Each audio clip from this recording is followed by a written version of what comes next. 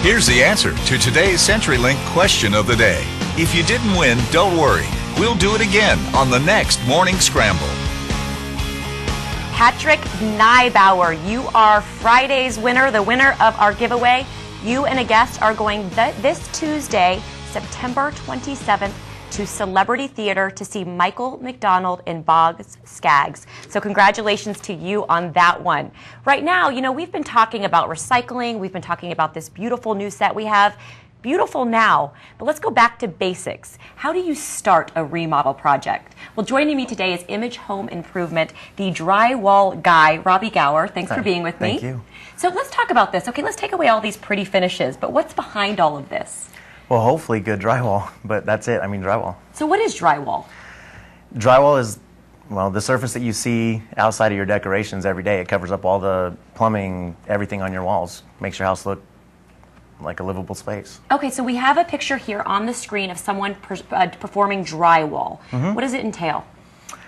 Well, that right there is my brother's actually putting the texture on after we've you know, taped all the new board and stuff like that. So the textures that finish, whether it be you know, the little splotches, I don't know how you want to describe it, but it's something other than a flat, smooth surface. Okay, when you talk about finishes, it seems like you can really change the look of a room depending on what type of drywall finish you choose. Sure, absolutely. So what's out there?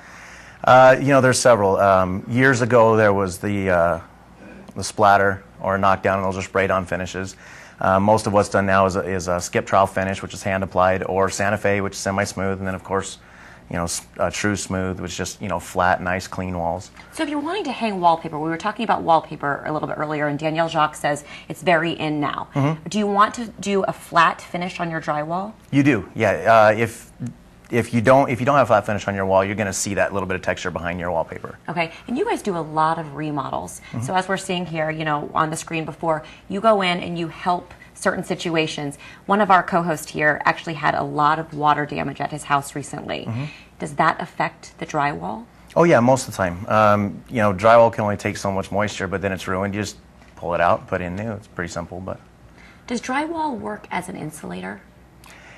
Not really. I mean, it has a very, very thin value, but not. If you need an insulated area, you definitely need to put something behind it.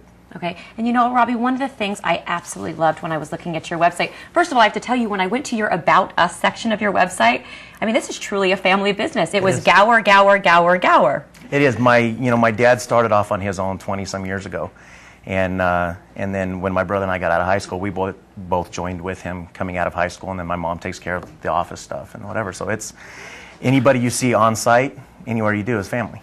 So the Gowers know drywall. We certainly hope so. Yeah. One of the things I really was impressed with too, you know, you hear of companies for profit, you're trying to make everyone's trying to make a dollar in their businesses, but you're also giving back. Tell us about our edition of Extreme Home Makeover, Angels on Call. You know, we got a call from the program director at the time, Dee Sumala, asking if we would be willing to come in and help them out finishing this project, and the lady had unfortunately had a fire in her home and destroyed most of it, and they got a lot of volunteers to come in and they put all the board up, and we had time and, you know, fortunately the opportunity. We just went and taped it up, textured it up, did whatever we could do to try and get her home back livable. Wow, she must be thrilled. I heard she was. We actually weren't able to be there when they showed her the home, but I heard she was very, very thrilled. Wow, congratulations on that. That's a great thing you're doing. You know, when I look at drywall too, you never really think you can tell when something was built according to drywall. And what about those popcorn ceilings? Do those still exist? They're still out there. There's still a lot of them out there because they did so many, but we take it off a lot too. Okay, and what is that? Is that an intensive process? Not incredibly if you know what you're doing, but it definitely takes some work because what's behind there wasn't prepped for, you know, a finished wall texture like what people expect today.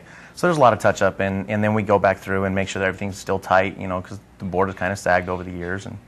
So if people do want to remodel their home and they want to bring it up to 2011, 2012, want to refinish their drywall, do they have to move out entirely in order to complete this project? Not necessarily, unless you're in a big hurry. If you want the whole house done right now, probably a good idea. If you're willing to go just, you know, little by little, You can shift some furniture out of a room, redo that room, get it painted, make it back livable again, and just kind of move through your house that way.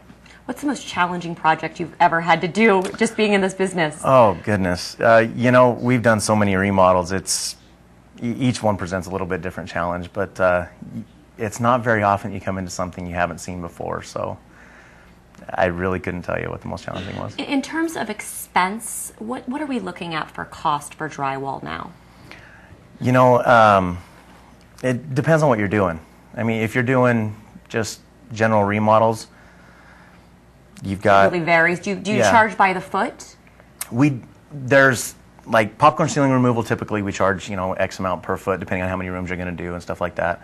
A lot of our projects are an hourly rate. Hourly rate.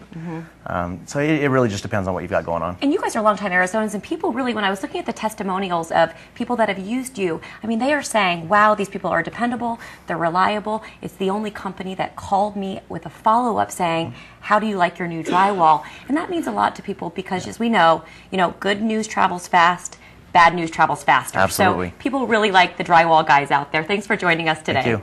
And thank you for joining us today. We'll be right back after the break.